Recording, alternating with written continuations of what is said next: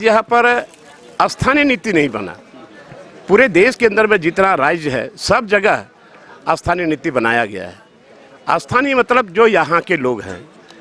तो आज बहुत सारे लोग हैं जो बाहर से लोग आए हुए हैं, वहाँ का भी डोमिसाइल का फ़ायदा ले रहे हैं और यहाँ का भी डोमिसाइल फ़ायदा ले रहे हैं।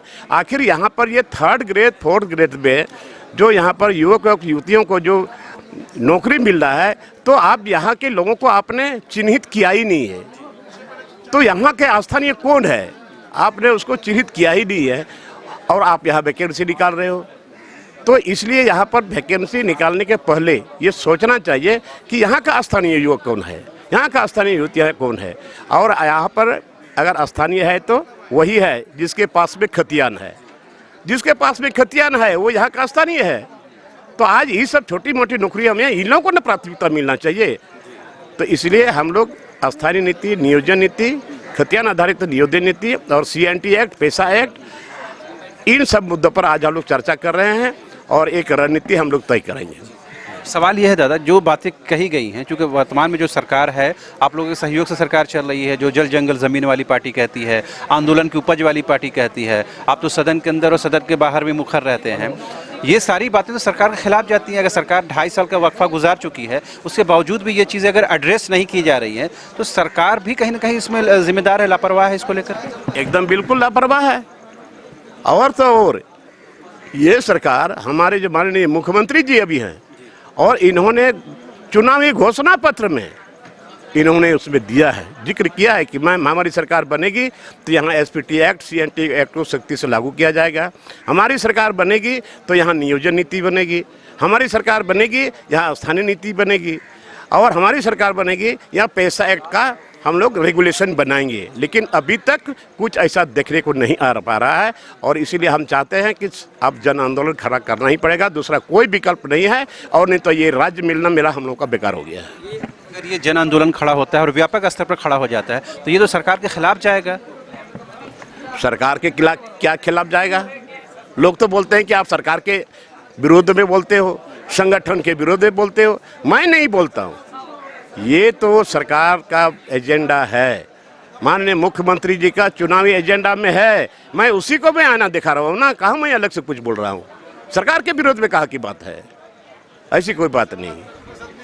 अगर सरकार को ये सब सवाल अगर कहीं नहीं खटकता है, 1932 को सदन के अंदर खुद आपने सुना होगा मुख्यमंत्री ने कहा था कि कोर्ट में जाकर कहीं ना कहीं ये मामला पेचीदा हो जाएगा। अभी चूँकि अभी हमने देखा है दादा कि राष्ट्रपति चुनाव के बाद जिस तरह से माहौल झारखंड में बदला है, तो लग रहा है ये सरकार कंटिन्यू कर पाएगी, इन चीज़ों को एड्रेस कर पाएगी जो सवाल आप लोग खड़े कर रहे हैं। देखिए, सरकार बाद में क्या होगा नहीं होगा वो मैं नहीं बता सकता, बट माननीय मुख्यमंत्री जी ने सदन के अंदर में बोला ना 1932 के खतियान के आधार पर यहाँ पर नियोजन नीति नहीं होगा। उसी दिन हमारा दिल टूट गया कि अब इससे भरोसा करना मुश्किल है। और इसीलिए जन संगठन है, यहाँ पर लोगों को सारे लोग हम लोग प्रयास कर रहे हैं और इसका बृहद पैमाने पर इसका हम लोग एक रणनीति तय करेंगे और उस रणनीति के तहत हम लोग इस लड़ाई को अंजाम तक पहुंचाएंगे। दादा, आपने पिछले दिनों घोषणा की थी, जब आप सदन के बाहर निकल के पत्रकारों के सामने रो भी दिए थे कि सरकार आपकी सुन नहीं रही है। आपने कहा था कि जब तक हम घर नहीं लौटेंगे, जब तक इस आंदोलन को व्यापक रूप धारण नहीं करवाएंगे और 1932 को हर हाल में लागू नहीं करवा पाएंगे। उस आंदोलन का कुछ असर झारखंड की जनता पर, आदिवासी मूलवासियों पर हुआ है दादा? देखिए, अभी हम जगह जगह मीटिंग कर रहे हैं, पॉकेट मीटिंग कर रहे हैं, और हमने जो बोला है, मैं 3 अप्रैल को घर से निकला हूँ, मैं वापस नहीं गया। मैं कल परसों गया था, चूँकि हमारे चचेरे बड़े भाई जो SP थे और DIG रहे, उसकी मौत हो गई हॉस्पिटल में, उसी को मैं मिट्टी देने गया था और अभी तक मैं घर नहीं गया हूँ और न जाऊँगा। मैंने प्रण ले लिया है कि इसको हमको सरकार को बाध्य करना पड़ेगा, नहीं होगा तो जो होगा देखा जाएगा। क्योंकि द्रौपदी मुर्मू जो अब देश की सर्वोच्च पद पर आसीन हो गई हैं और एक चेहरा है, तमाम आदिवासी संगठन इस बात को लेकर खुश हैं। और आपने सुना होगा कांग्रेस के अंदर तो बहुत सारे 8 से करीबन 9 विधायकों ने क्रॉस वोटिंग करके उनके पक्ष में वोट किया है। तो ये लग रहा था कि आदिवासी सेंटिमेंट, ट्राइबल सेंटिमेंट झारखंड में हावी हुआ है, उसकी वजह से पार्टी लाइन के खिलाफ लोग गए हैं। देखिए, कांग्रेस क्या करता है नहीं करता है और क्या सेंटिमेंट है, ये मैं नहीं बोल रहा हूँ। मेरे कहने का मतलब है कि आज देश के अंदर में देखिए, झारखंड मुक्ति मोर्चा के वोट से ना उस राष्ट्रपति को हम लोग जिताते ना हरा सकते थे, लेकिन एक आदिवासी है, पहली बार एक आदिवासी महिला माननीय द्रौपदी मुर्मू जी राष्ट्रपति बने हैं। यह आदिवासियों के लिए गौरव की बात है।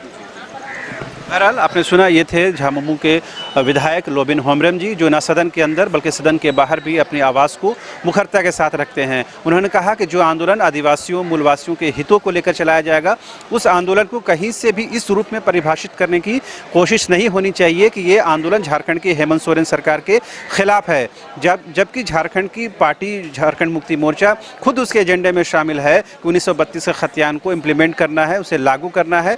ये अलग बात है कि राजनीतिक बाध्यता की वजह से उसमें देरी हो सकती है। कैमरा पर्सन विकास के साथ रांची से न्यूज़ बायोस्कोप के लिए शहनवाज।